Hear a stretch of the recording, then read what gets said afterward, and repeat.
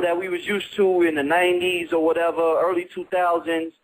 And when you putting this information out on the web about everything Egyptian is satanic worship, Horus is evil, Kanye West wore the Horus chain, BT Awards. The next day, all the bloggers, every website, oh, Kanye West is a devil worshiper. And anytime anybody sees Baphomet, I know everybody knows who Baphomet is. You've seen it. Bobby's going to go into it.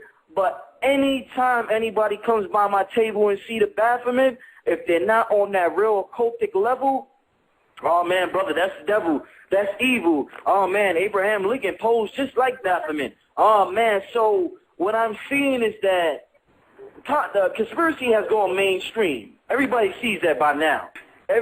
Conspiracy theorists was once an underground phenomenon, just strictly underground. That's mainstream now. You could go, Alex Jones is everywhere on the internet. These white boys, all this conspiracy stuff is everywhere. But because it's mainstream, and one of the most famous documentaries in the underground, Zeitgeist, everybody loves Zeitgeist. But the one thing I always said about Zeitgeist is that in the beginning of Zeitgeist, the first thing they say is the Egyptian gods was pagan.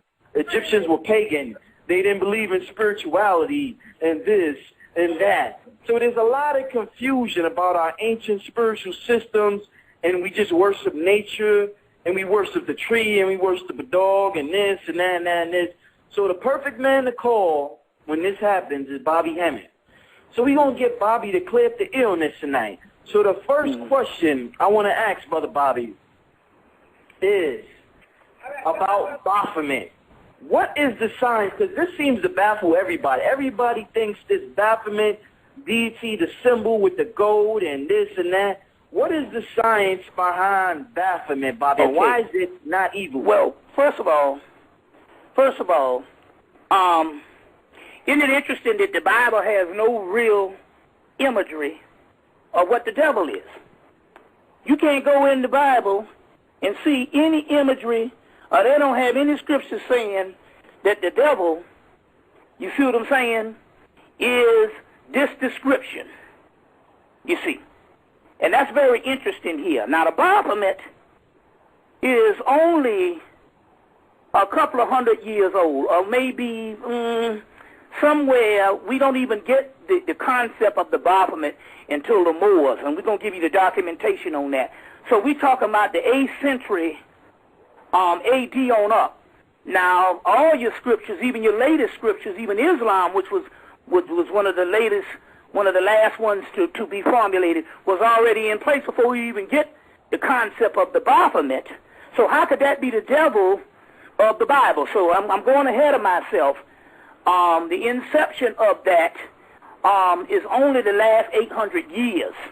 And it has absolutely positively nothing to do with the devil, because even in the concept of Satan, that's concept of Satan, there is no description of Satan, you see what I'm saying, in either the Hebrew aspect of things, whether it's the Torah, or whether it's the Talmud, whether it's the several books of the Bible.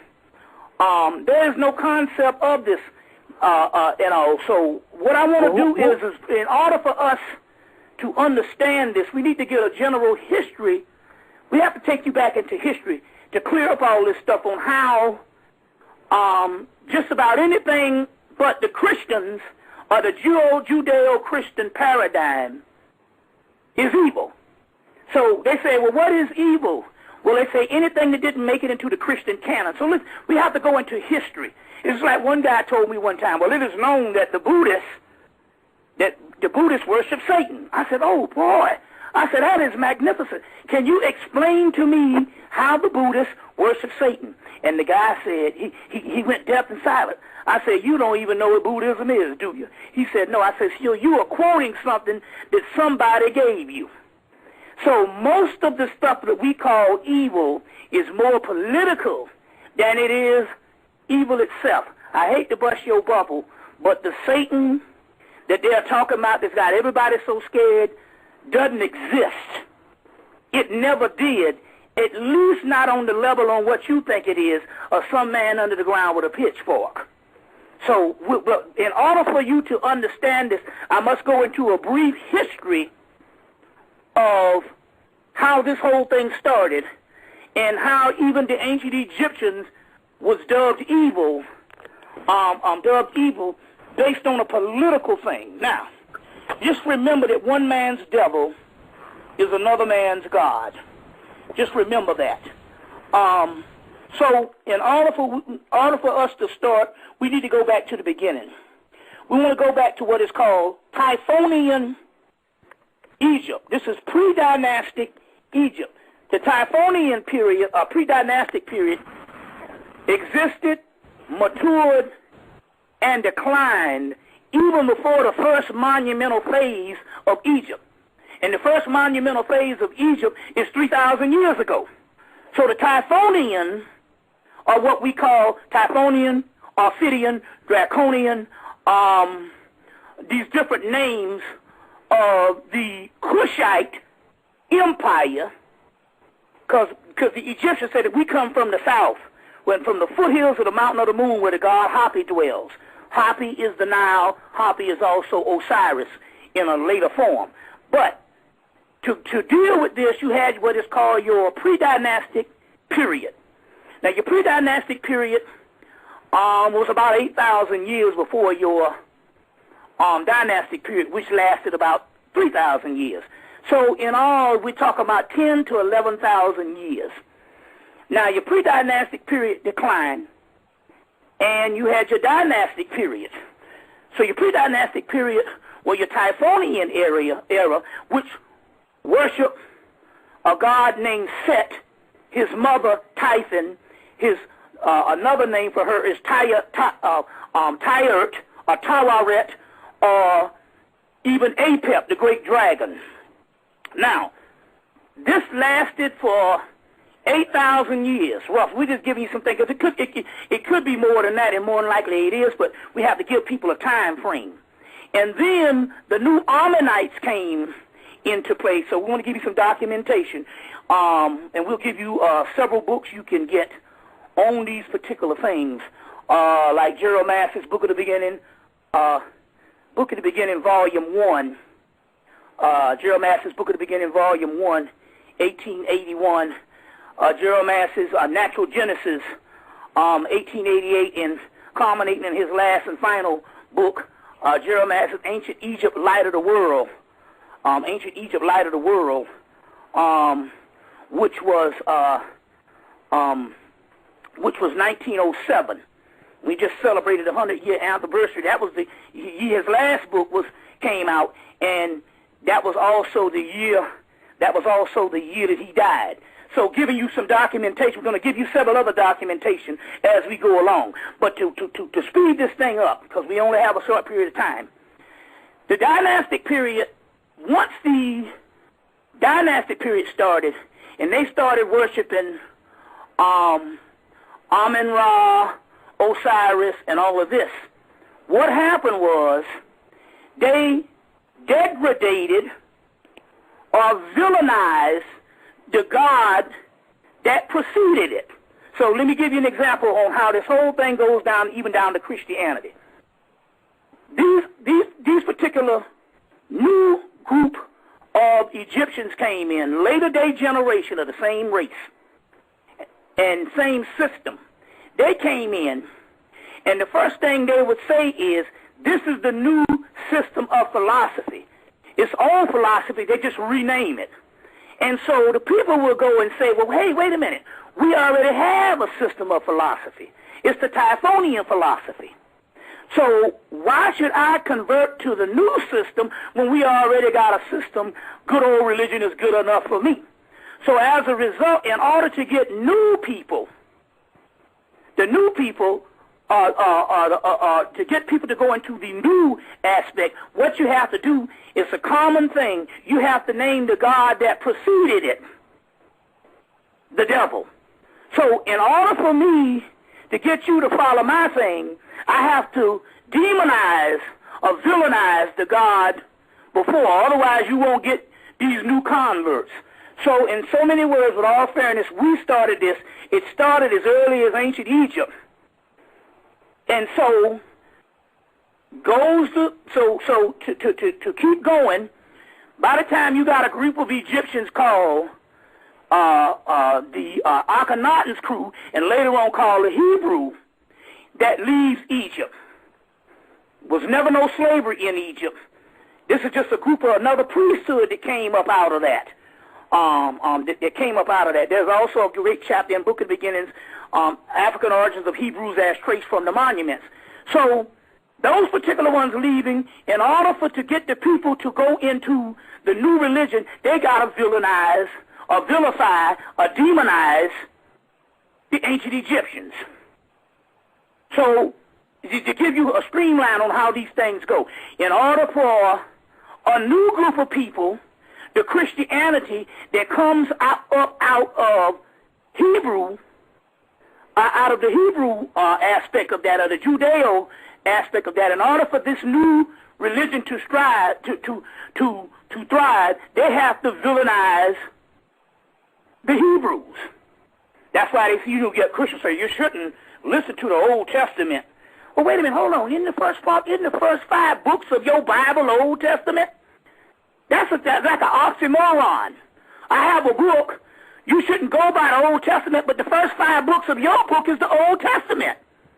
You see what I'm saying? So they villainize the Old Testament. And so in this particular case, by the time the Islamic comes, they villainize the Christians by saying that, well, they had a religion, and the Hebrews and them had a religion, but their religion became corrupt.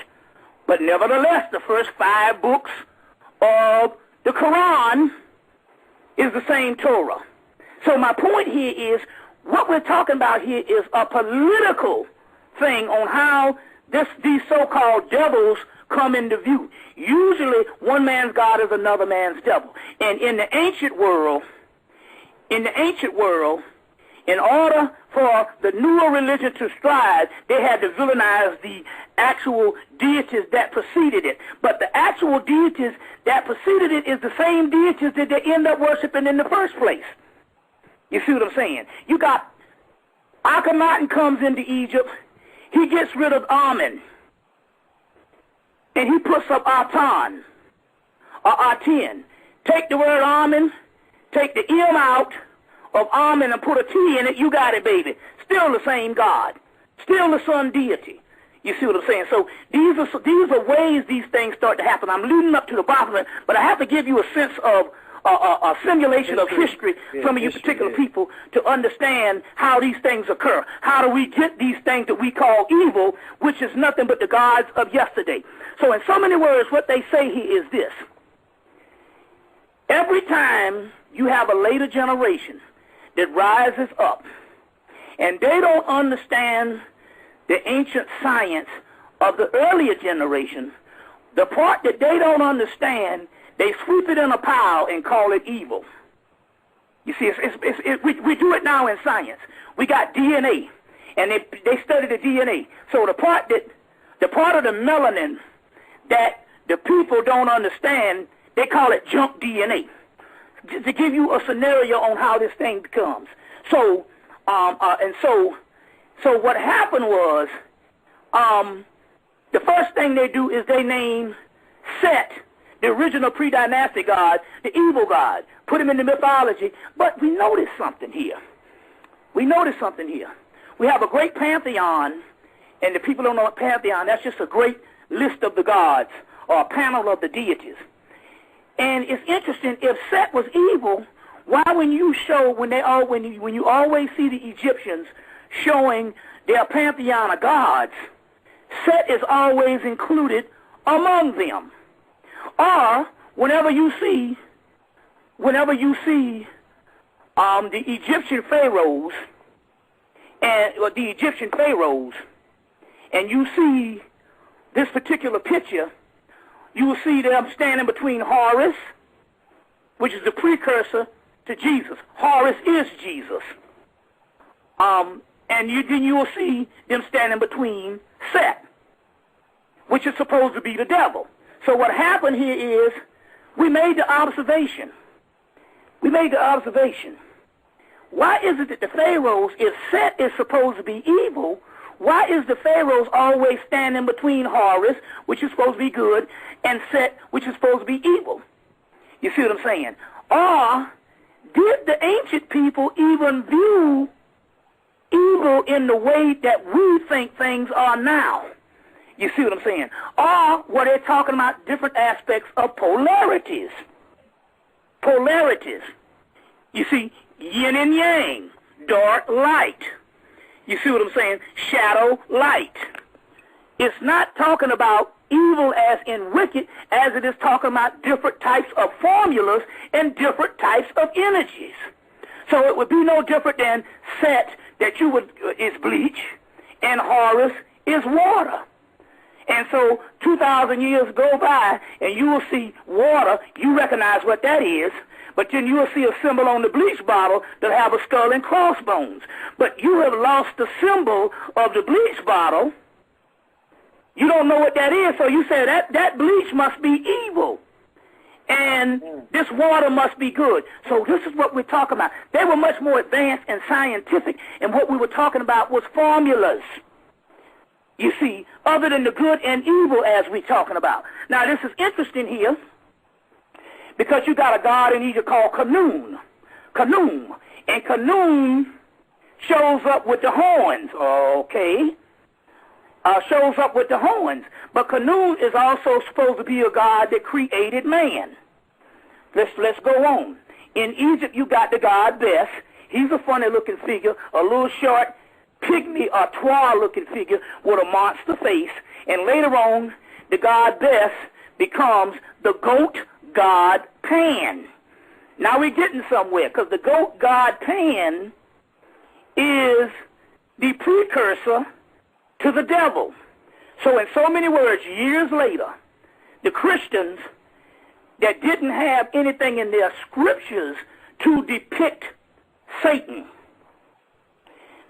because the scriptures they had was borrowed from, they came out of Egypt, they went to Greece, they went to Rome, and Rome turned them into several books of the Bible, and several books of the Bible, and they had 8 conferences to whittle it down to the Bible that you have now, and last thing is the King James Version.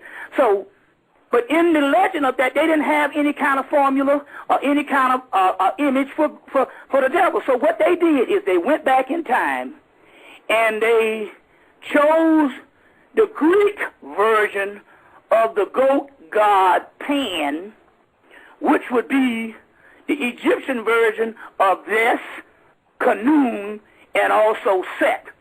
Depends on what system you're coming from. But the goat god Pan, which is also a later form of Dionysus, and Dionysus is the god of the wine, the vine, just as you see in that Jesus is. So this goat god Pan that they choose ends up becoming the image of the devil. But I don't even believe that the high priest, we know that the high priest at that particular time, when they chose the goat god Pan, they were not talking about a devil. This is later. This is some stuff that is blown up in the past 500 years, but has nothing to do with what was actually going on. Even the people who wrote the Bible understood that these things have also a lot to do with astronomy, alchemy, and astrology. So the goat god Pan is none other than Capricorn. Capricorn is Pan. The goat god Pan, which would later on be drawn into in the mid 1800s, would be drawn into the Baphomet, the famous picture that you got of the Baphomet that everybody's scared of, drawn by Alypius Levi in the 1800s. But let me go on, because we'll go into this particular Baphomet thing in a minute. But I just want to give you an aspect of what's going on. So they needed an image of the actual of an actual devil that they didn't have. So as a result, the later day Christians who didn't understand what the earlier Christians was doing labeled it the devil, but the earlier Christians was talking about Capricorn. I want to ask you a question. When is Jesus, since most people identify with that, when is Jesus born out of? What astrological sign is Jesus born out of? Capricorn. Capricorn, which is talking about the winter solstice. December 25th is also the birthday of Mithra, also the birthday of Horus. You see what I'm saying? Mithra was born in a cave. It's talking about the deepest, darkest part of the year, which is the womb. But Capricorn, there's a book you can get called Capricorn is ruled by what? Saturn. Saturn, there's a book you can get called Saturn, the new look at the old devil. Now, what is Saturn? Saturn is called the black planet. It is also called the planet of chastisement, which means your Saturn planet and the Saturn energy is a rough and a chastising energy to whip you in shape. So we're talking about energies now. So when we have Saturn, Saturn is a powerful planet, but it is a no-nonsense planet. It is a no-nonsense planet. So some of your Saturn deities later on, isn't it interesting that Osiris, who is supposed to be the enemy of Set, isn't it interesting that Osiris is called God of the Perfect Black? He's also called Osiraniphus in a later thing, and then he's also called Sabbath. Sabbath is the day of rest, and the true Sabbath is where? It's Saturday. Saturday, and later on we have what is called the Sabbatic goat. What is the Sabbatic goat? Why is the goat Sabbath? Because the Sabbath is on a Saturday, but Saturday is also called Set. That's ruled by Saturn, the chastiser. So you have the Sabbatic goat, which is the goat god Pan, which is also a form of Osiris, a form of Dionysus, and a form of Jesus, since Jesus is born out of Capricorn. So the people out here that is afraid of this goat-looking thing that will later on become the BOPHOMENT is afraid of an astrological sign. You see? So you got the ancient scientists that's talking about astrology, and then you got people later on that come and they don't know the astrological aspect, or they've been taught that the Bible has nothing to do with astrology, which the Bible is a book of astrology. You see what I'm saying? A book of astrology, the whole book on astrological. I think it's there's a book on the Bible and astrology came out 2 years ago. So what is it? So what is this astrological sign, Capricorn, and why is it so feared? Capricorn only means a certain time when it's a period when you get things in order. Where do you think the origin of the New Year's resolution come from? Well, it's a time, it's the New Year's, and I need to get things in order. And if I can get things in order, I can realign myself to the time when spring comes in so I can reap the abundance. So what we're talking about here is an ancient astrological sign that the goat, that's why the goat becomes what is called the scapegoat. Do you know the original origin of the word scapegoat means that they were going to blame all things evil on the goat? So the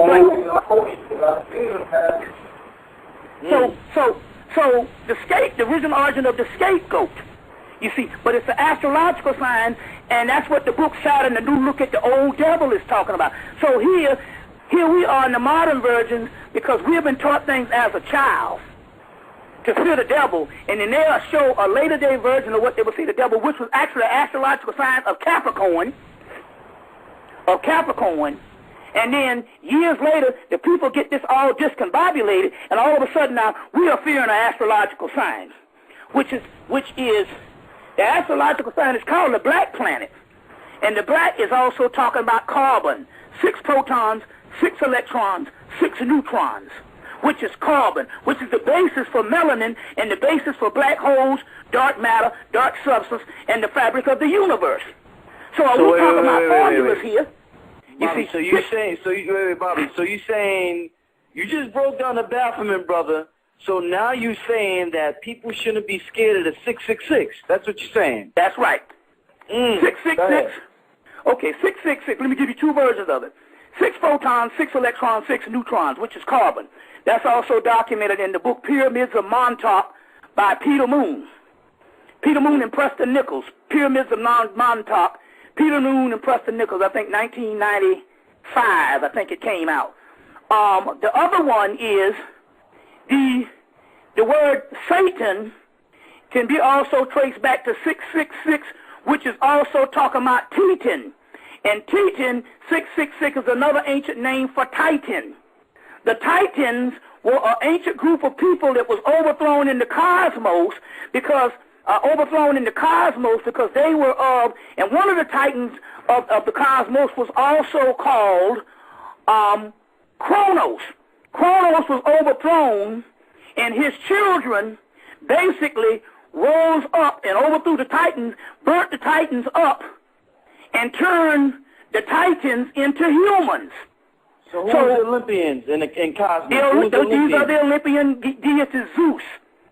It would also be Yahweh. It would also be Amen. Wow. Amen Ra. You see what I'm saying? Yes. Bobby, a lot of people don't know about that entity, Heru Set. Have Set, yes. Well, Set coming from the back of Heru. We'll get into that. I have it on my list. I have it in my list. Let's deal with this. We're going to get into that because we got to deal with the Horus thing.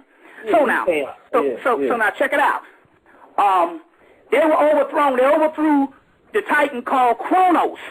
Kronos is also called Time, Father Time, and later on, Father Time is Saturn. It's called Saturn Kronos. Here goes again. These are these origins of the devil. These are these origins of the devil. Saturn Kronos, you see, was overthrown. You see, so what we have here is these ancient powers. So if it was a black planet that was overthrown, and so the Titans were burnt up and their ashes was used to make humans. 6 protons, 6 electrons, 6 neutrons, which is carbon, which is the basis of melanin. So when you go into church and praying against Satan, you're praying against your own melanin, your own dark self, called the dark night of the soul, or the shadow, or the shadow. You see what I'm saying? Now, if the Titans were overthrown and their blood was turned into man, you know, remember Satan was overthrown from heaven and he was bound for 1,000 years. Well, how do you bind a God? You put a God in a human body, and that's how you bind a God. Ooh. Do you know that the word devil, which means double, or diabos, or doppelganger, which means your double self, the word devil means man in the physical. So in so many words, these were different locations of energies that later on became demonized. You see, over the years, and they had nothing to do with evil as we think. The only evil that exists in the universe right now is your own ego. That is the evil. You create this world around you, and the evil that exists that you are so afraid of is your own ego. Is your own ego, but has nothing to do with some man, some cosmic force out there that's evil. Well, let me ask you this then, Bobby. Yes. You say the most evil force in the universe is your ego. Yes. Now, which is left. Okay. Yeah, go ahead. One of the questions I have for you, if that's the case, some of the most profound speakers, scholars that I have met, that I have seen, are egotistical. No. Let me explain when we talk about ego. Try to understand this. The ego we're talking about is not the egotistical thing that you know of. That's just a guide down here that happens based on fear. The ego that we're talking about here is the false self. We must make this distinction. You have a spiritual self that came down here. Then you have a false self that came into existence that supposed itself to be real, but it's really not real at all. And it took the place of the real you that's asleep inside of your body. That's your soul. So most of the people here, most of the people down here, most of the people are asleep. But what is running ourselves as we sleep is our ego self, our false self. So now, but the ego that we're talking about as far as expressed based on human function, that's a different form of the ego. But one of the ways you get back to getting rid of that false self is humility. But so there's a difference in the ego, with a person being egotistical, and the ego that I'm talking about is just your general life itself. That you suspect that you are the person you are, but in other words, you are a greater person than what you suspect. Because why? Because when you die, what happens to that particular person that you thought you were? It goes, you see what I'm saying? It dissolves or bounces around as thought forms or ghosts, but mainly your soul goes on to have other experiences. So that's the ego that I'm talking about. I'm not talking about the ego as far as how we function based on traits of who we think we are. I'm talking about something entirely different. So, Bobby, Yes. what about when people say the ego is also an entity? Like some people also classify it with the demiurge. Well, what do you have to?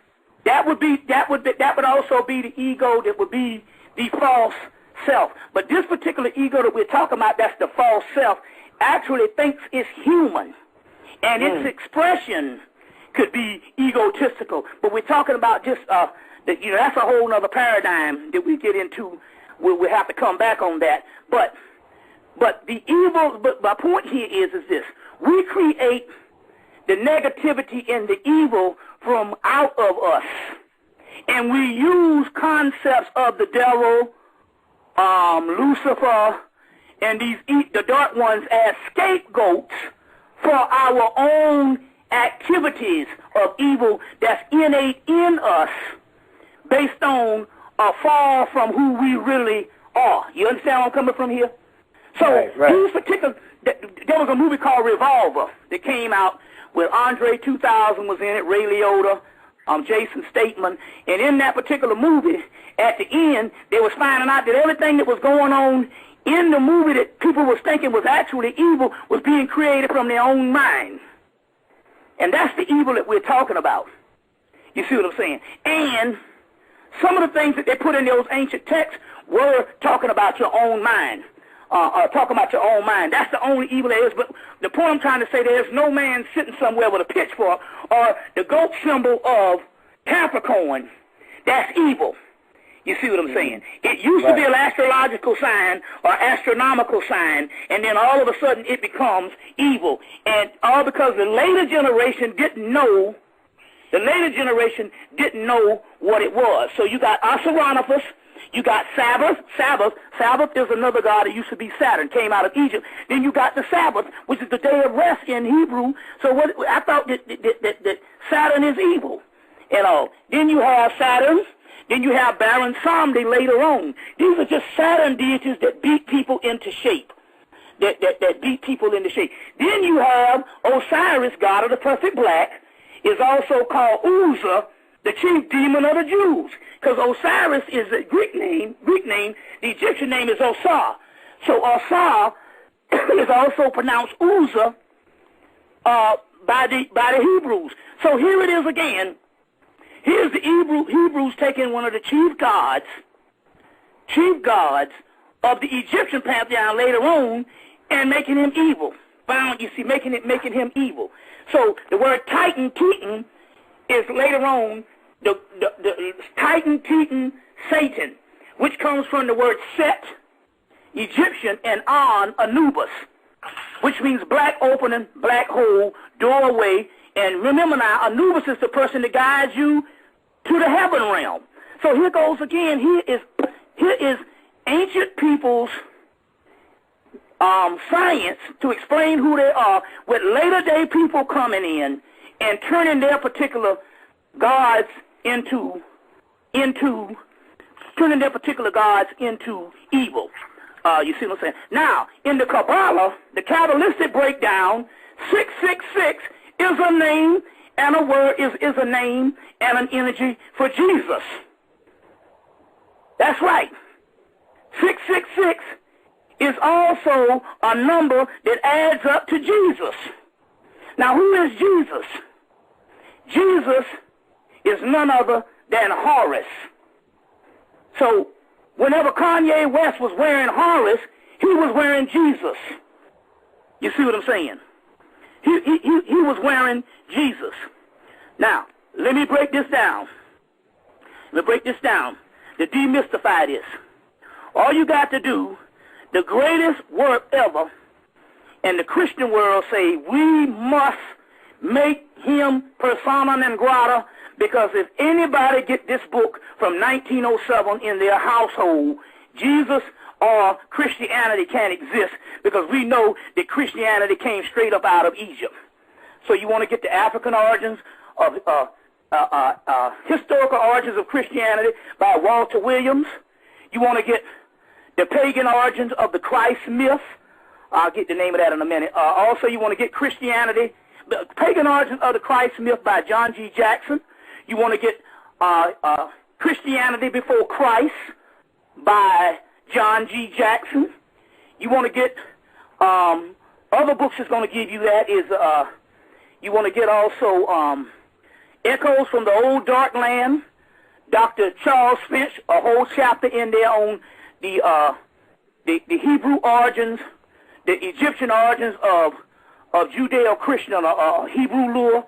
So basically the devil and is nothing but the gods of yesteryear. Now, but one of the key books was Ancient Egypt, Light of the World. Ancient Egypt, Light of the World, Volume 2 of that particular book, 1907, gives you the complete breakdown, because he's one of the greatest Egyptologists that ever lived, and he was the one that identified Jesus was none other than a retelling of the ancient Egyptian god Horus or Heru. Heru means light. Jesus means light. But before I go into that, I want to say a few other things about this. In the Bible, in Genesis, Lucifer falls like the morning star. Lucifer just means light bringer. By the time you get to Revelation, Jesus say, I am the morning star. Now, Saturn is also called Sat, which is also called Set. One of Set's images is the donkey, the ass. Jesus rides into Jerusalem riding an ass. So what does this mean? Jesus and the ass is one and the same, just like Horus and Set, which is called the black god, white god, or you want to say the black god, light god, is one and the same. These are two polarities of the same deity, like you would have yin and yang.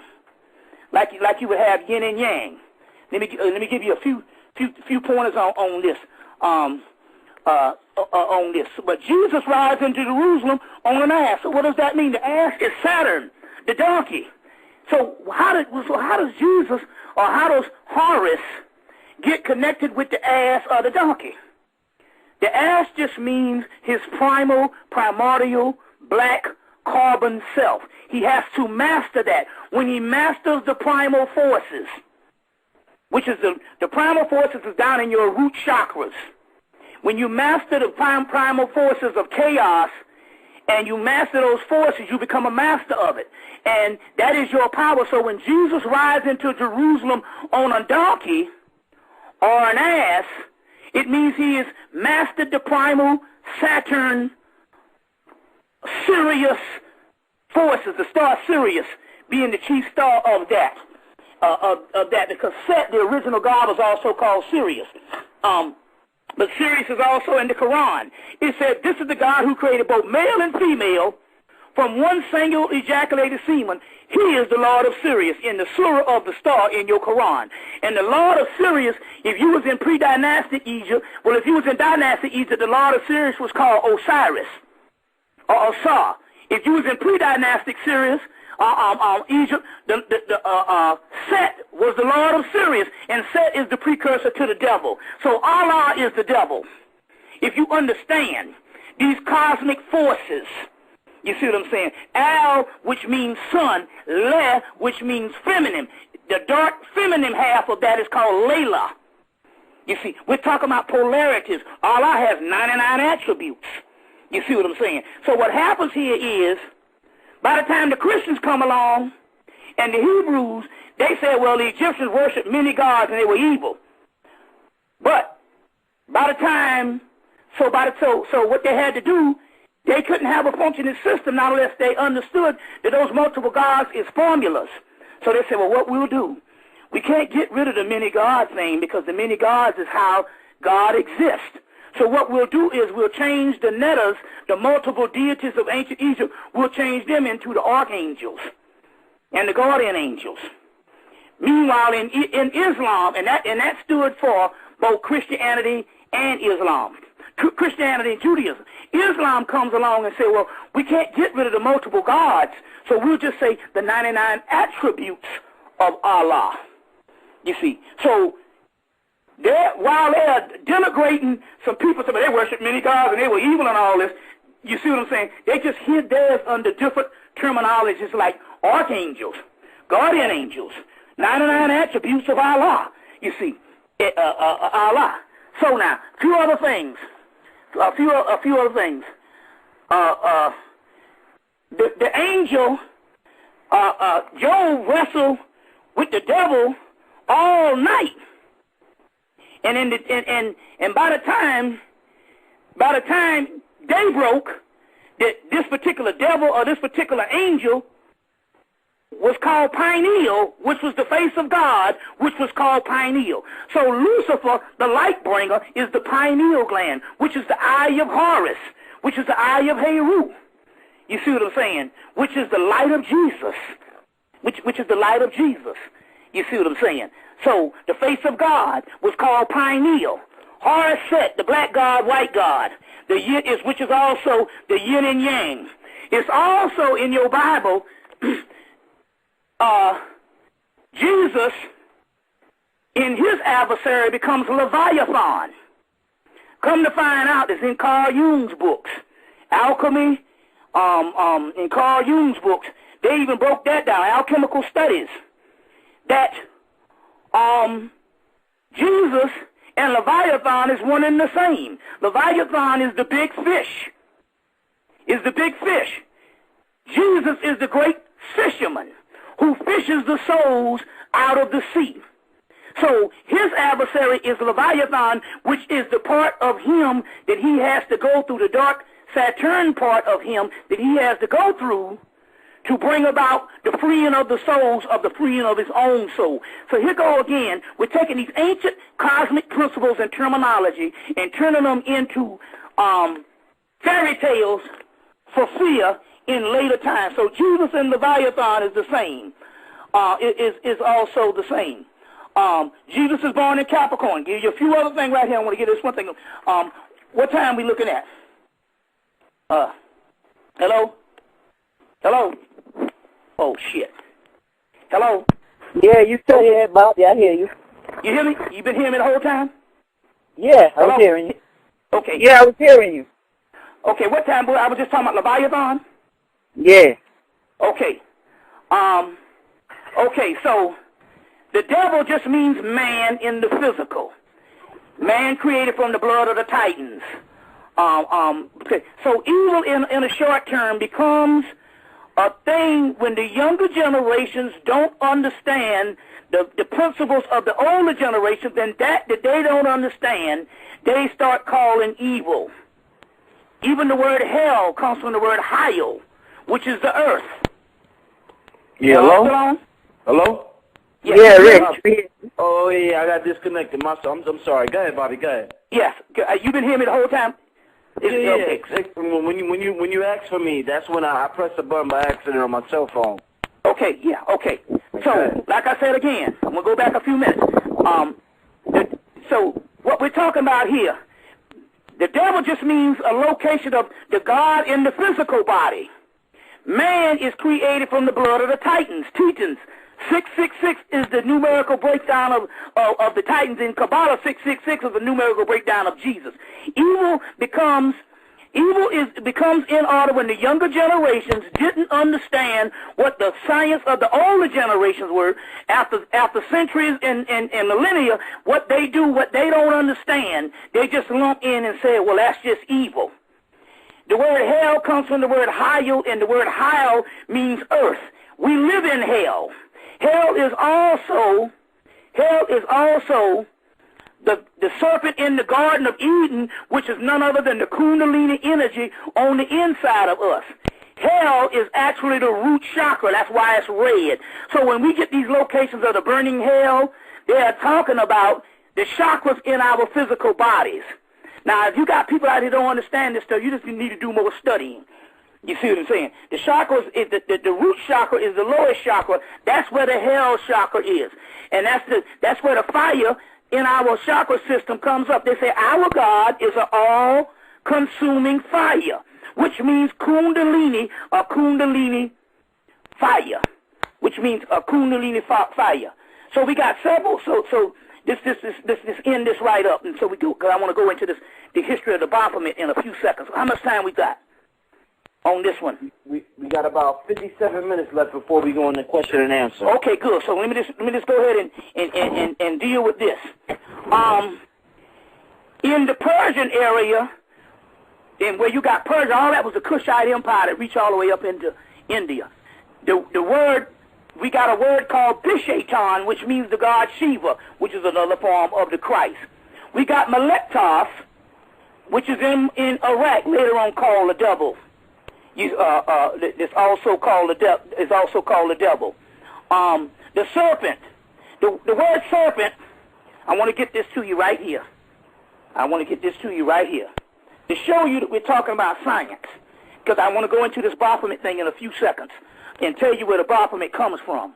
Because it's only a couple of hundred years old. But I want to show you this right here. Okay, now. The Gnostics were the Egyptians. The Gnostics are the fathers of Christianity. And they talk about a view of the Eden myth. They would hold that the Nicene teaches that the serpent, the Hebrew Netchesh, in the Garden of Eden, is the anointed one, the Hebrew Messiah. The Christos are one and the same. So the serpent in the Garden of Eden and the Hebrew word Christos is one and the same. They can be broken down Kabbalistically. Neshesh, which is the serpent in the Garden of Eden, and Mashiach is also the word, also the numerical value of 358. So Messiah and serpent is the same. Now it's interesting here because even in your Bible, they say Moses lifted up the serpent, which is the Kundalini energy in us, in the wilderness. And you should pick up serpents as a testimony to your faith. Well, wait a minute, I thought the serpent was evil. Well, how is it that the serpent ends up being the same numerical value in Kabbalah as the same numerical value in Kabbalah as Mashiach or Messiah? And then later on, Moses said, you must pick up serpents as a testimony of your faith. He lifts up serpents in the wilderness. The wilderness represents the physical body. Lifting up the serpent means the Kundalini energy. Moses is nothing but a later form of the god Tahuti, and you have the staff of Tahuti, which is the Kundalini energy. What we are still talking about here is spiritual science and spiritual metaphors that's later on, or science that's later on turned into evil by people who couldn't understand it. So now, this is the part where we go into this for one thing, but I want to read a few things for you in Jeremiah.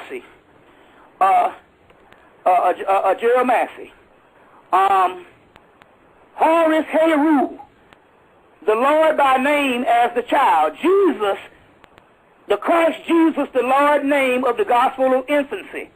Isis, the virgin mother, Ayu and her shoe are son. Jesus, the virgin, Mary, the mother virgin, or the virgin mother of Jesus. The first Horus child of the virgin, the second son of Ra. Jesus, the virgin child, and the Christ, and the son of the Father. The first Horus and the founder of the second fulfiller for the Father. Jesus, the founder, and the Christ, and the fulfiller of the Father.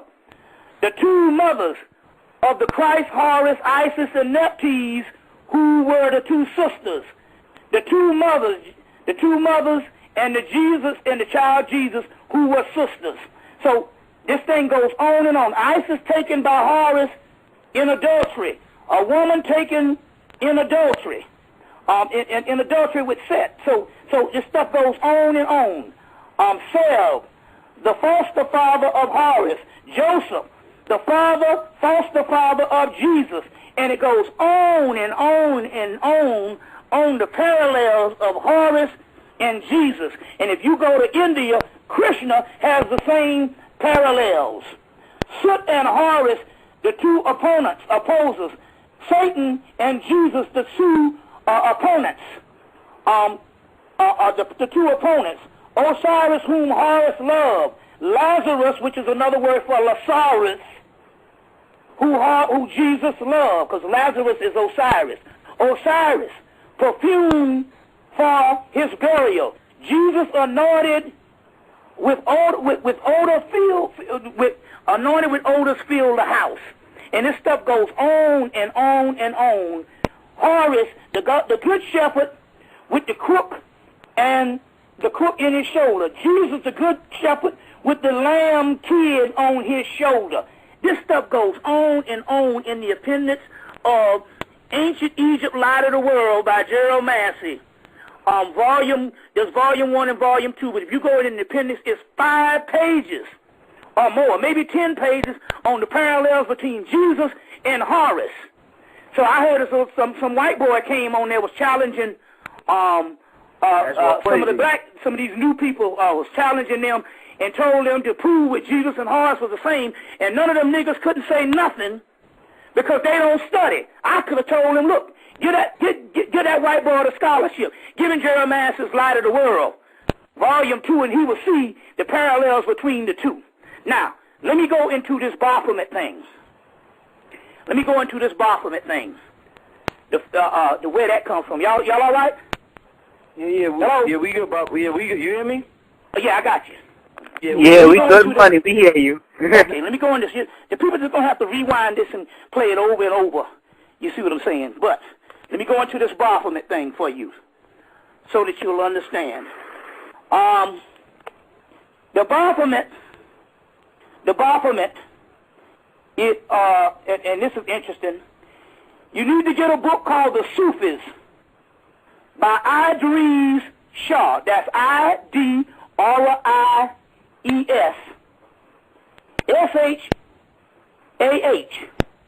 The Sufis by Idris Shah. Let me spell that again. Idris. Last name is Shas. Idris Shah. Introduction by Robert Graves. This is a groundbreaking, monumental book that appeared on the scene in 1964. Now, they celebrated Robert Graves. He is the author of Greek Myths and the White Goddess. He is no slouch. This particular person is considered an authority in scholarship when it comes to several pantheons, especially the Greek stuff. So now, he also did the introduction to Idris Shah's book. But the chapter you want to get is on page 254, 255. The Mysteries in the West and the Head of Wisdom. When we were suspected that the Knights Templars was accused of worshiping a head, sometimes called the Baphomet, and it is in the connection to an idol and probably connected to Muhammad. Hamet, the head which is described, but no head which could possibly be identified as one of the Baphomets could be located. They couldn't locate these particular heads that they was choosing the Knights Templar. Now, the great master C. Freeman L. teaches us that the Knights Templars was set up by the Moors. Well, you say, well, the Moors was Islamic. Knights Templars was Christians. How could the Islamic set up that? Remember now, the Moors only used Islam as a tool of conquest to go and invade Spain in the 8th century. They came in with various versions of Hebrew, which the Kabbalah was started in Spain. Moses de Leon, the first book, the Zohar, is a Moorish document. They dealt with various versions of Christianity, various versions of Islam, various versions of ancient Egyptian, East Indian, you name it. They took the science from around the world and took it up into Spain. So they set up the Knights Templar, and the word knights is another word, not for the night as far as darkness is as the night, but the night as black as the blackamoors. To be a knight was to be black. You see what I'm saying? So they set up the Knights Templar. Now, in so many words, the Knights Templar, when they set this word up, they venerated a goat. They venerated a version of the goat god Pan, which was, remember, Saturn, the black planet, Osiris, god of the perfect black. Y'all still on? Yeah, hello? We got you, Bobby. We got you. We got so you. They venerated, and venerated for those people who don't know, they raised up this symbol of the goat god Pan to honor their teachers, because the goat god Pan is after Saturn. Saturn is the black god.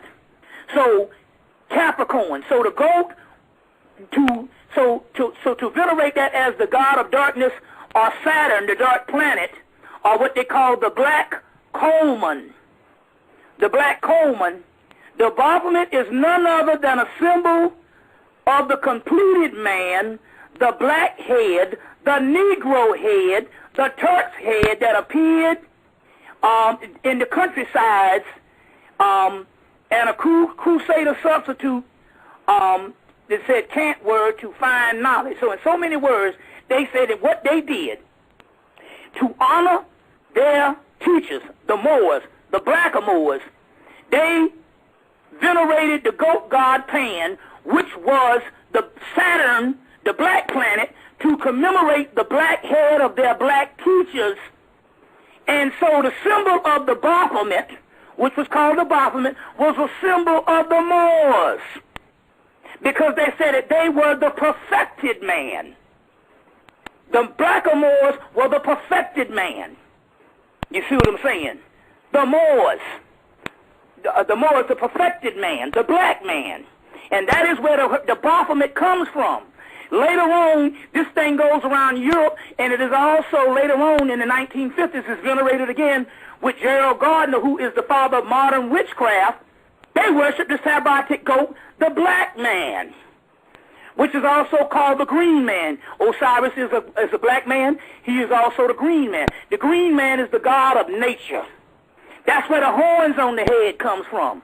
The goat, when they showed the horns on the head, in ancient world, they were talking about the god of nature, the goat god Pan, Beth. These particular ones, when they showed the head of, with the horns on the head, they were talking about being one with nature. The horns of the head of Hathor, the cow goddess, later on, not only did she become the golden calf, the evil golden calf in Hebrew, but the cow goddess, the horns off of her head became the head on the horns of the devil, as far as the god Canaan. All that is in a book called The Devil by Jeffrey Burton Russell. The Devil by Jeffrey Burton Russell. Another one of his books is called Satan, the Early Christian Tradition. And they show how all of these particular things got turned into Satan. They took ancient iconology and turned it into Satan. But the Baphomet is none other than the Moor. And that is why all your Masonic figures and all of your Wiccan figures, they got a group in somewhere in Poland. One of their things is for their women to go on the astral plane and fuck the Baphomet so that they can go to a higher level. The Baphomet is none other, number one, all the Baphomet, Jesus, and all that's the same thing. But they're talking about ultimately the nature and the energy of the black man, and ultimately where you get the Baphomet that later on the goat god, the one that was drawn by Lippius Levi in the 1800s, that particular one that was drawn by him, I don't know if it was 1700s, 1800s, I think it was 1800s. I have to go back and check. My mind is going to blink. But that's the standard one now. And then later on, the Baphomet was drawn by H. Geiger. H. Geiger drew the book in the 1970s called the Necronomicon. And he draws the Baphomet, and he puts dreadlocks on the Baphomet. And they took those, first of all, they took his drawings and made the movie Aliens, 1979. Then they made the rest of the Alien movies based on H. Geiger's information. You still on? Yeah, we got you. Okay. And then later on they came with the Predator with the dreadlocks. All that is from H. Geiger's Necronomicon, but he threw the Baphomet again. The Baphomet. So all your esoteric groups, they're worshiping the black man. So if Jay-Z and Beyonce is worshiping the Baphomet, I am proud for them and proud of them. That's a good thing. That's a good thing. The Baphomet is Saturn. So if you worship Jesus, you worship Saturn because Jesus is born out of Capricorn. You see what I'm saying? And Capricorn, so we're talking about astrological, but the black planet. So ultimately this thing is astrological, alchemical, astronomical. Now on the astronomical stuff, all that stuff comes from the star Sirius. Nomo, the star Sirius, which is the fish. Which is the fish. If you take the fish of Jesus and take the two ends off of the fish that the Christians is riding around, you will see what it's a vesicle, look like a football. The vesicle is nothing but the vagina. It's nothing but the vagina. And let her on wash it for a couple of days and see don't it smell like fish. You see. They say we come from the sea. We come from the sea. That's why if you see in the movie the last in the last Pirates of the Caribbean, that woman Calypso in the movie, when she rose up, she had all the fish come from up under her. But that's also a form of Leviathan, and that's also a form of Jesus, the great fisherman. But Jesus is none other than Horus. None other than Horus, or Heru. And Horus comes with his brother that's on the inside of him, which is Set. There's always two twins. It's Horus Set in Egypt mythology. Another one is Khonsu, and he had a twin brother that didn't come to the physical earth. And then you have Krishna, the dark god, but he has a brother named Balarama.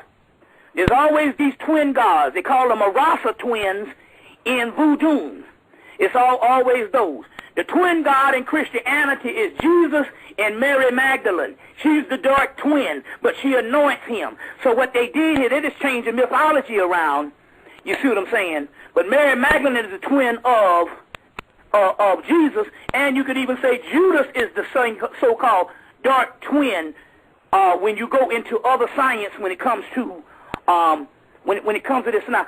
So you ask the question, wait a minute, hold on. What is the Mary Magdalene being the twin? Because you got to realize if you look at the Baphomet on one side of him has breasts on one side, it's male on one side and female on the other side, and that's what they're really talking about. The Baphomet is both what is called the androgynous figure, and the androgynous figure becomes the devil. It's the androgynous figure because that's what we used to be, androgynous, until we were split in two, and now we've been constantly searching for ourselves, but what we're searching for in women is our feminine half, and what women are searching for in men is the masculine half, but it's all on the inside of us. When you reunite those things, they become the Baphomet, the perfected man.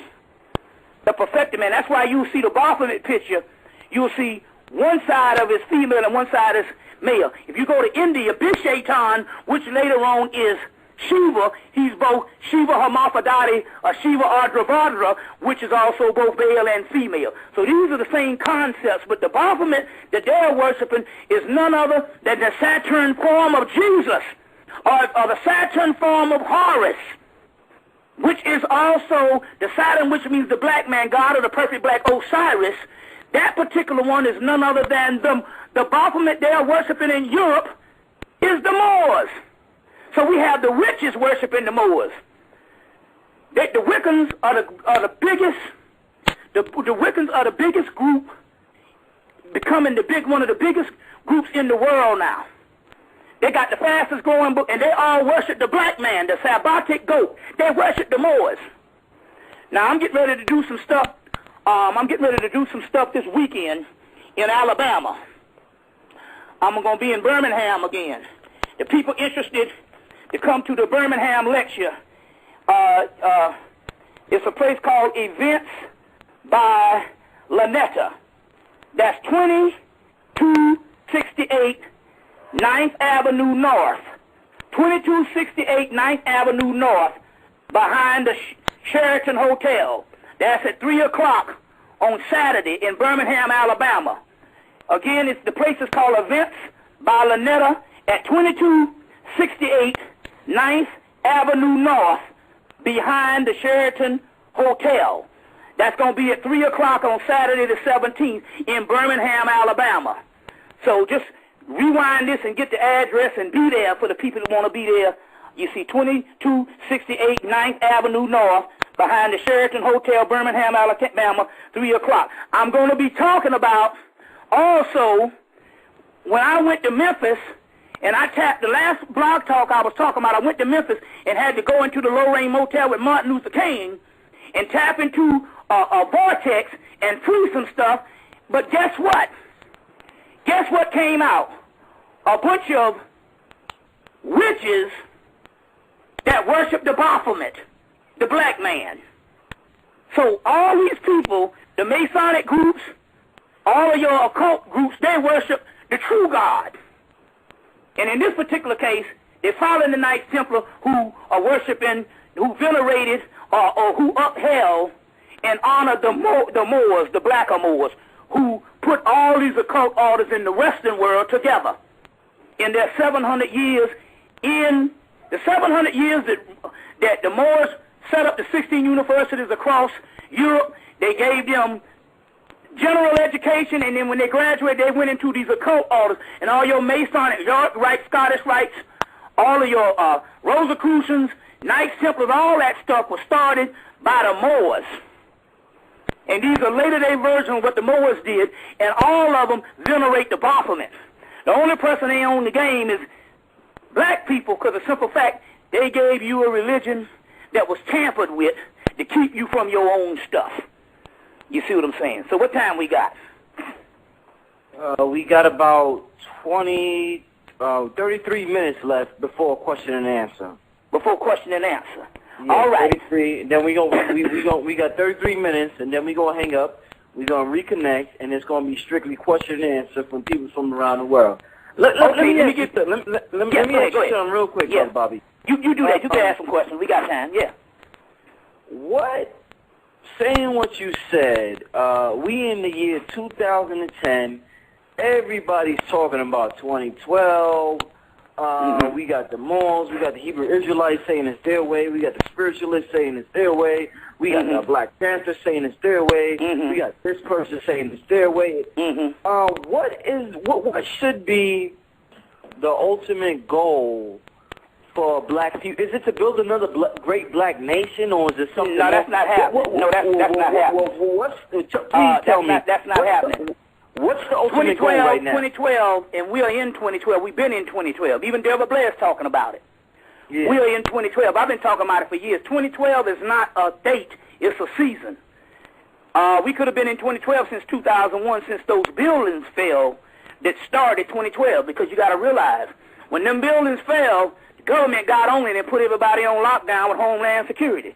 So they already know that by the time they announce something to you and tell you 2012, it's already going on. So we are in a 2012 season.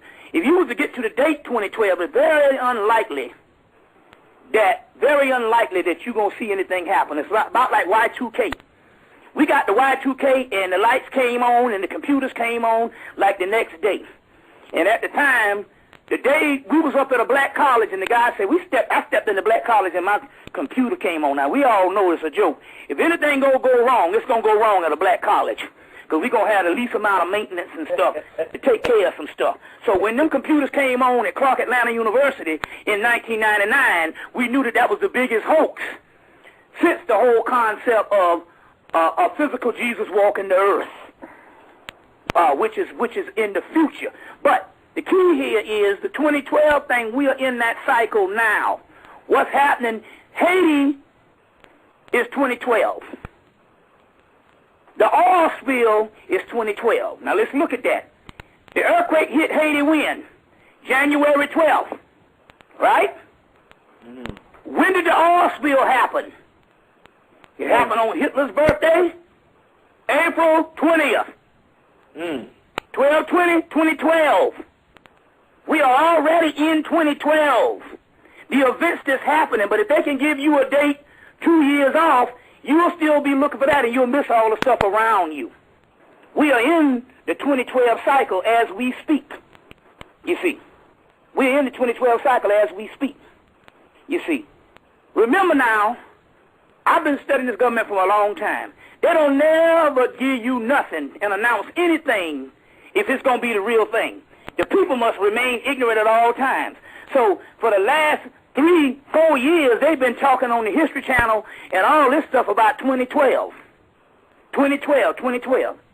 You see what I'm saying? That means, believe me, if anything that was going to go down that way, the History Channel wouldn't do it. The History Channel did a whole special, one of the most racist channels out there. They did a whole special on who discovered America. They had the Polynesians, they had the Irish, they had the Vikings, they had everybody on it. Even said the Hebrews. They had everybody, but didn't even mention the Olmec, and those are the ones that's got the proof of the black heads down in Mexico. You see what I'm saying? Didn't even mention the Olmecs. So do you know anytime they give you a 2012 and stuff like that, you better know that they're giving you, they're trying to give you a decoy from the time and events that's happening right in front of your face. What we are dealing with right now is a 2012 event. It's a 2012 event. You see. So that's what time that is. You see. So, they never give you... What's the goal, though, Bobby? What's the goal? Okay, what's the goal? What's the goal? Yeah. The goal here is within this season, everything that you are seeing going on from the oil spill, from Haiti, and all that is some illumination and some transformation going on the inside of us. That we are transforming into new beings. Ain't gonna be no new black nation. Are you crazy? That's insane. We can't even get along 2 minutes. Wow. We can't get along 2 minutes. Are you crazy? Come on. Don't you know each day go by, we become more and more mentally ill, not as black people, but as humans on this planet. But black people are worse. You see them black people are worse. Hell, how the hell are we going to have a new nation when the #1 people on food stamps now is white people ever since the meltdown? This is about transformation. You see, this is about transformation. So all those little groups out there, they've been saying that stuff for years.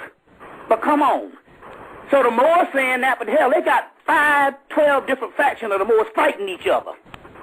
Can't get along from damn Mars to Mars or whatever. You see. We got too many groups fighting each other. That's not going to happen because mental illness is gaining on us daily. So what does that mean? Mental illness is nothing but a breakdown of the human life wave as we go to another level. Case in point. It's called racial senility. You see old people, when they get old, they get senile. Well, that's what's happening to us.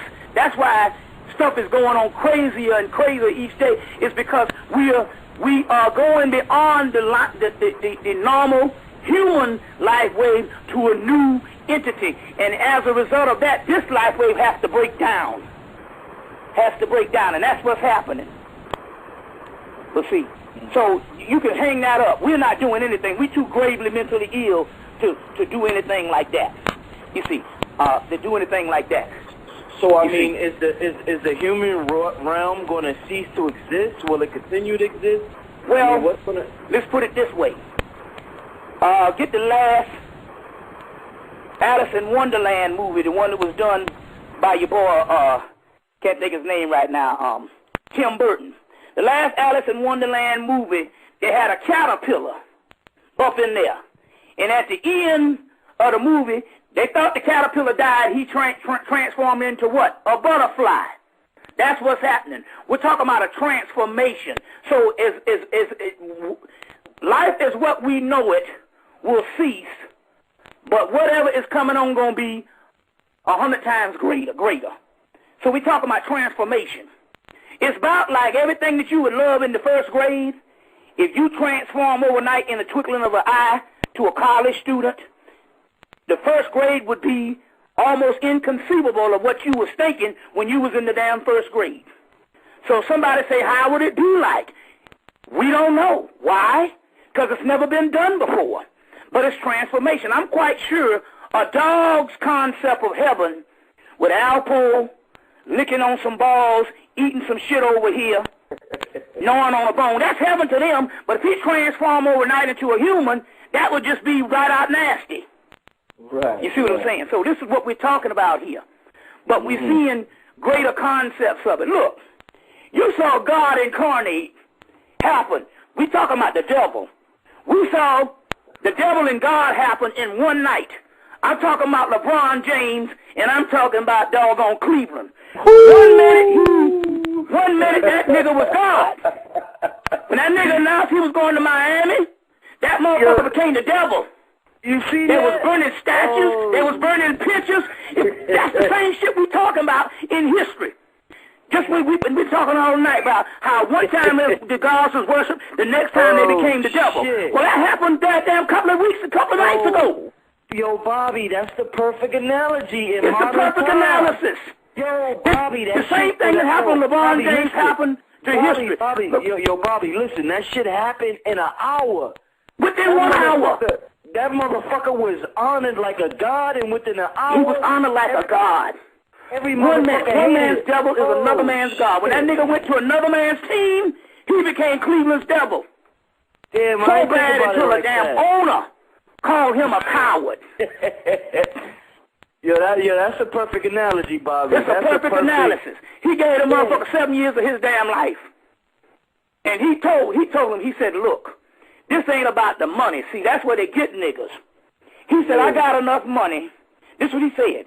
He told Larry King this, or Larry King last. I got enough money right now to set my whole family out for life. I don't, and myself for life. That's how much money I got. This ain't about money. I want to win a damn championship. You see what I'm saying? Right. I want to win a damn championship. And he became the devil. See what I'm saying? Damn. That's exactly what we talking about here. One man's God is another man's devil. Greatest analogy. Don't you think that's a 2012 moment? Damn sure is. Look, this is when I know it was a 2012 moment. When I saw white men crying. Not in Cleveland. They had white men crying in Cleveland. They had white men crying in New York. Yeah, crying. New York, yeah. Grown white men. Yeah. I never thought I would see it. That's a Barack Obama moment there. You see what I'm saying? You see, so yeah, it's some shit. It's some stuff.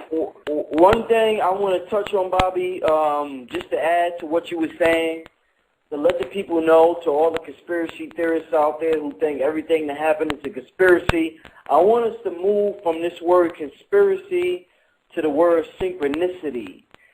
Some things that may happen, it may not be conspiracy, but it may be synchronicity. And Albert Einstein, Carl Jung, they spoke on this. There's situations in my life where I could have said, oh, that's a conspiracy. I remember one dude, and you know, the way you learn about life is to study. The reason why the Egyptians said know thyself is because when you study your experiences, you learn from them. Not, you know what I'm saying? And one thing that happened recently, I took a picture by my DVD stand, and when I took the picture, above my head, like on the left side of my head, it said L or some shit like that. So this dude that buys DVDs for me, he was like, oh, shit, yo, you took a picture, and it said L. That means, yo, Rich the God. Yo, you the God. Oh, shit, yo, you did that shit. Da, da, da. And I'm like, nah, brother, I looked at it. I was like, I didn't even know that, brother. I said, oh, shit. So he's like, nah, you did that shit on purpose. Yo, you the God. Oh, man, you want it. And it's like, sometimes the universe just gives you symbols or gives you signs. It doesn't mean you purposely did it, or the event or the situation purposely happened. It's just when two things, it's about magnetism. When two things are alike, it's like Carl Jung called them meaningful coincidences. Mm-hmm. When two things are alike, sometimes they just happen and occur at the same time to show you that you two are magnetized toward each other. So sometimes things happen and people think it's coincidence or it's a conspiracy, but it's really not. You know what I'm saying? Well, look at this. Yeah. Well, let's look at this part. You say you woke up and L was beside your name?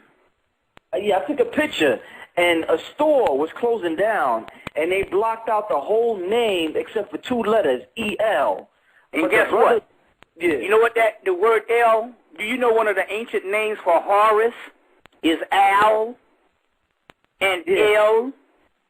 And we are the Heru, so in one word they were right. That was trying to show you, guess what? The only gods that's coming is ourselves. Mm-hmm. And we got to get used to that. And you had your God moment. And although, you see what I'm saying? Because the gods are now talking. The only gods are coming is ourselves. And when you woke up, you saw that L, that's exactly what it meant. And it was synchronicity. Yeah. And there are no coincidences. So they were right in a way. You see, they were right. You see, the Elohim. You see, one thing. I want to ask you, Brother Bobby. A couple of people may come in. I talked to you about this a little earlier. A couple of people. We got about 20 minutes left before we get into question and answer from the people. Once again, we on the lines, Brother Bobby Hemming. Yeah. Calling number 646-727-2039. We're going to end the show. We're going to start the show over at 11 o'clock. You can call and ask Brother Bobby questions. Yeah. A couple of people have been coming by. As you know, I sold the DVDs on the street, so a lot of interaction from the people, a lot of, a lot of talk time. Yeah. They've been talking about some of them, not all of them. A couple of people have been talking about the pictures that you've been selling. And this ties into the misconception of ancient spirituality. Exactly. A lot of people have been saying that, oh, Brother Bobby's just selling fucking pictures, man. Them shits don't heal. They just pictures, man. He's selling them for money and this and that. I want you to go into the ancient science. Exactly. I know exactly where you're coming from. First of all, it goes down to exposure. We ain't exposed to nothing. Now, right now, I don't know how many more months you got, but I'll guarantee you right now, you're going to have a whole bunch of dickheads that's going to sit on their ass, and they're going to wait till that King Tut exhibit go out of New York. And it's going to be, it's already been there for a couple of months. And you got several other months. You got about, I don't know how many months you got left. But they're going to wait sure to go and stuff like that because they don't understand the value. But if you ever, and I wish the people would have gone, maybe, hopefully it will still be there when schools start back. But I wish the people would have gone because I'm quite sure that it came there before school was out. And when you go to that King Tut exhibit, watch how many thousands of white children go to those things. And luckily, a lot of black children have to go because of being in the class. And because of integration, that's the only luck we got. But the point I'm trying to make here is these people have been on a fast track for the past 150 years. 150 years.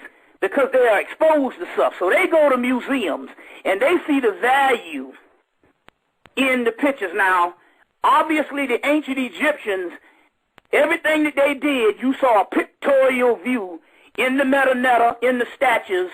The East Indians, Angkor Wat, the ancient Khmer people, the Vietnamese people, which is nothing but an extension of the ancient Egyptians. We have always we have always brought our spirituality with pictorial pictures and symbology. And symbology. So what I did, and I don't do nothing unless the Spirit give me the go-ahead on it. That stimulus package, see, the thing about it is this. Whenever I left the job from become a shoe designer, and I went up there, it's all on the Take Bobby at Home. And the guy had me, and I was in the money with them Jews.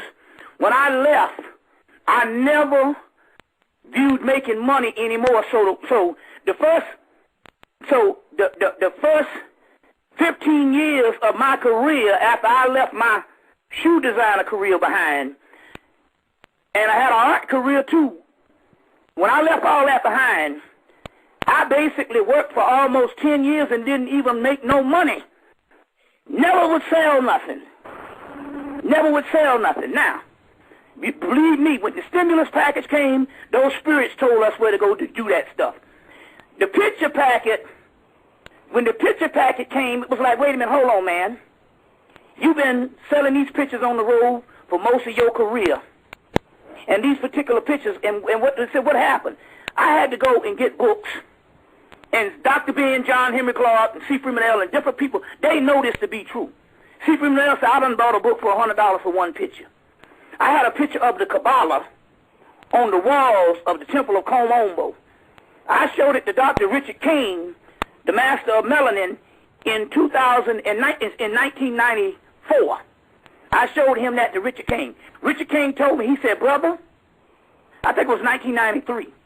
He said, brother, this picture right here you got showing the Kabbalah and the Pharaoh raising up the Kabbalah or the tree of life on the Temple of Komombo is worth $1 million. Because that means they can't front to say that it is non-Egyptian origin of the Kabbalistic, because that's where it came from. So the point I'm trying to make here is, these pictures, what I would do is some of those pictures, some of those particular pictures, I would go and get out of books that might cost $100.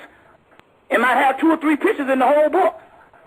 You see what I'm saying? And I would get those particular pictures out of these particular books. Now, to give you an example, in 1991, one of our boys was in grad school. So he got his check back from his loan. Had some money and got his check back from his loan. He said, brother, what you want?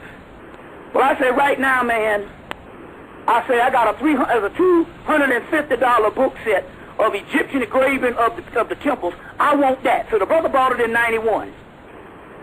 In 92, I took those pictures. I was working at a hamburger place. One of my boys was feeding the people chicken and stuff in the AU Center and had me to come there to interact with the students because I went there. So I was working at Stiegel's and I left the building one day and the building caught on fire. But what I had taken those temples and put them up on his wall in his store. And the whole wall burnt down and the damn pictures were sitting on the ashes. He come and said, Bobby, you got to come up and see. He said, those pictures of those Egyptian temples that you have there, all of those pictures are sitting on the ashes, but the wall is burned up behind them. Those are the same pictures that I got in the picture packet. So do you know what kind of power that shit has? That I've been, and those pictures, I've been showing those pictures, and we've been pouring libations in my lectures for years. Are you still on? Yeah, we here, Bobby. And we've been pouring libations in my stuff for years. So the Spirit said, if you gather those particular pictures up, you will have one of the most powerful systems going, because all our stuff is based on energy and imagery. So the people, they don't understand the power in the pictures. And the unfortunate, because you don't realize, I used to sell those pictures in the lectures for $5. I got 44 of those pictures in that packet. And ain't no thing I'm selling it, but yes. Let me break something down real quick, because for a simple fact, I say straight up, them people full of shit. The pictures have a lot of meaning. That's why when somebody go and do voodoo on your ass, is sometimes when they got the picture, it's a wrap. Not only that, look at most of these museums where you're going, and I've been to the King Tut Museum. When you go up in there, they don't want you to have no pictures. Anything they say don't take a picture of, take a picture. Yeah, they say don't take no pictures. And if they say touch it, touch it. Anything they say don't do. That's right. That's what I'm trying to tell you. So the point I'm trying to make, there's 44 pictures in that package. And 44, and I was selling them for $5, and people just buying 1 or 2 pictures and getting happy and stuff. And telling me, man, I put them pictures up in my house and got all kind of energy. And then Bobby, that's $120 for $50. You got to be crazy to say I'm ripping you off. I'm giving you $220 worth of things for $50. Let me tell you something else. Let me tell you something else. Those things come with, now they include, the only picture we got of Zarabanda. Well, I found a picture. Now that comes with that. And not only that, they come with the 7 Orishas. The 7 Orishas have transformed themselves into higher gods than what they were since 2007. And we got all 7 of the Orishas. It was done in the early 1990s. And they put them out in America, but nobody didn't buy the doggone book because it was in English. And now I had to go and get the book in Spanish to get the engravings. So the same one you got, what I talk about in my lecture, where you see Barack Obama and you see Shango, but the picture was drawn in 1992. Those are the same. We got 7 more of those particular pictures and stuff. So anybody like they say they're crazy, they don't understand about the pictures and the imagery. Right now, the imagery is what's got people messed up, because they've been seeing a goat that's not even connected with Satan all their life. And so when they see the goat now and they see it as a BOPHOMENT, people running and getting scared like children. So don't tell me pictures don't have no powers. You see. Bobby, they talking all that crap, but the picture of Lakshmi, I know this won't work. I got a picture of Lakshmi from you, and since I've been doing that and tapping into that energy even deeper, the stuff manifesting and it works. So they, let me tell you something about people that talk this don't practice it. They don't practice it. They only talk it. Exactly. Let me tell you the story on that. When we first got that Lakshmi picture, it was an artist rendering I had to get out of a small book and blow up. It wasn't until 2 years after having that artist rendering that I was able to go to Chicago and buy a book that cost me $100 from pictures from the Gimme Museum. The Gimme Museum is the place where they take pictures and hide them in a small museum in France, because if your country is black in origin and you don't want people to come to your country and see these black pictures, the Gimme Museum will buy these black statues from you. And used to do this stuff. And so they house all the black statues and stuff from these civilizations, Cambodia, India, Thailand, all these particular ones, Java, all these particular places, the island of Java and stuff, all these places in Asia and in China with black Buddha heads. They hide it in Gimme. People go to the Louvre, but they don't go to the Gimme. I had to buy a book of the Gimme, and that's where I found that Lakshmi picture out of a $100 book. You know what I'm saying? So, and that picture is very powerful. That picture, since I've been selling that picture, I sold the artist rendering from 2004 to 2005, but the end of 2005, when I started selling the one that you see right there, people have received an enormous amount of cash off that one picture. Exactly. So that is, the picture packet is one of the most important things going. And I implore all of you all to get down with that. So you need to call 678-358-1055 to get your picture package, your stimulus package, and we got the DVDs and we got everything else and stuff like that. And walk you through it, and we slashing prices. You see what I'm saying? And the people, you got to remember, Brother Bobby has over how many lectures you would say you did, Bobby? Well over 300 lectures or more. Brother Bobby has the whole catalog. I may have about 20, 30. This brother has the whole catalog. Yes, I have the whole thing. Lectures. It's over 300 lectures. Remember, in the 90s, I was doing them twice a month, sometimes 3 times a month. And then in the 2000, I was doing them once a month. So I've been doing this for 18 years, and in 18 years, I have amassed over 300 and something lectures and going strong. So the point I'm trying to make here is, you see, so we got all that type of stuff. But we got all this stuff here, but you need to call 678-358-1055. And so what time we got right now? We got 6 minutes left for this segment, Brother Bobby. And then after that, we're going to have to hang up these lines, and we're going to have to reconnect for question and answer. Yes, the question and answer. Yes. Right. So Brother now, go ahead. my point here is, don't you think, first of all, this is not to convince people who are the unlearned. So certain people you're not going to convince. They're going to have these childhood fears, and it's going to be that way. So this is not really for them. This is for the people that had these answers, that already realized that they have gone beyond religion and all this other type stuff. This is the type of stuff we're talking about that people not clear. But it's basic Christians and stuff like that. This is not for them. But what I'm trying to say here is based on this BOPHOMENT. But Beyonce and Jay-Z is dealing with that, then God bless them. That means that finally we got somebody right on point. And for Kanye West, who was talking Jesus this and Jesus that when he first started out, if he puts on a Horus chain and all, that means he's learning. Thank goodness we got somebody learning. You see, we got somebody learning. Right. You see what I'm saying? But Bobby, that's good. Bobby, when we have, all right, this is what the people want to know. When you have all of these, the devil worshippers, when you see these satanic, devil, these white people worshiping the devil and the Satan and 666, what are they worshiping?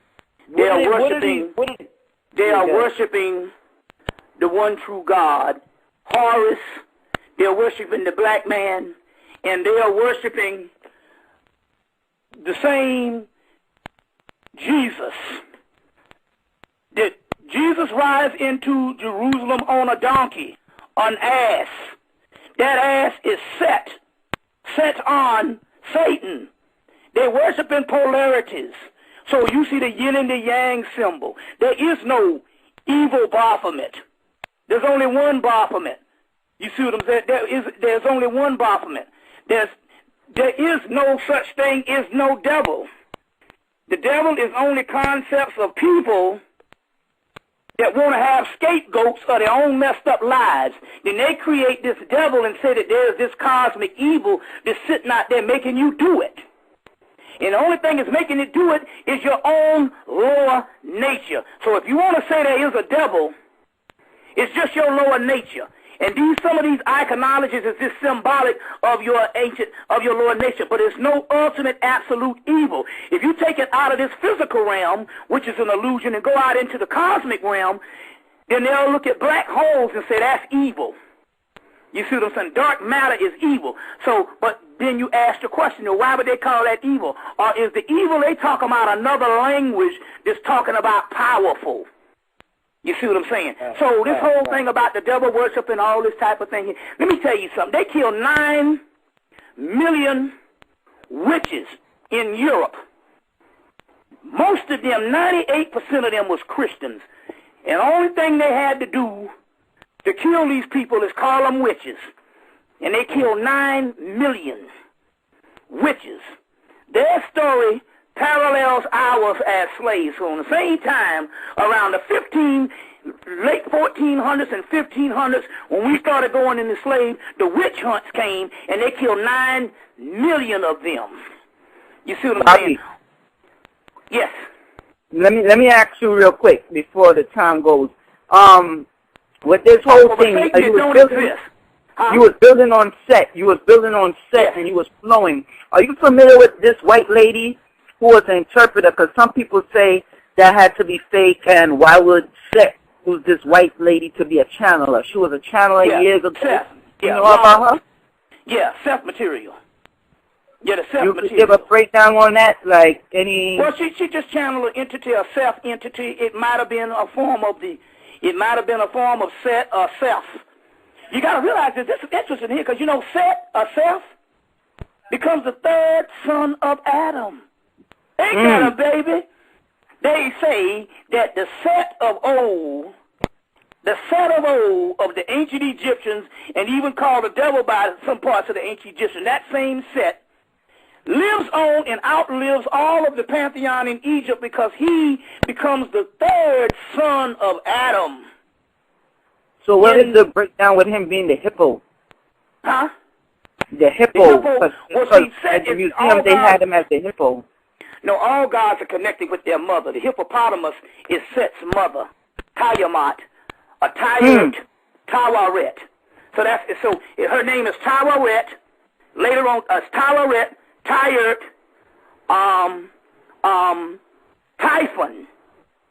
Typhon, and that's the hippopotamus god, also called Apit.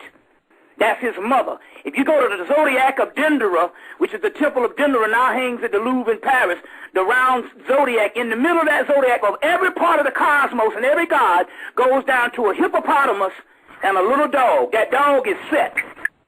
Later on, that dog figure becomes Anubis and all, but that little dog is Set, and her mother is the hippopotamus.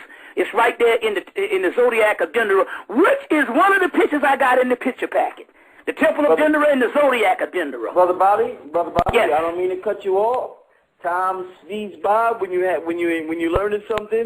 We gotta disconnect right now, yo. We're gonna reconnect in 20 seconds. That's just the way it is on Blog Talk Radio. I'm only allowed 2 hours of show, so we're gonna disconnect. Everybody that's on the lines who has a question, call back, or we're gonna reopen up the chat room, and I'll see you in 5 seconds. Peace.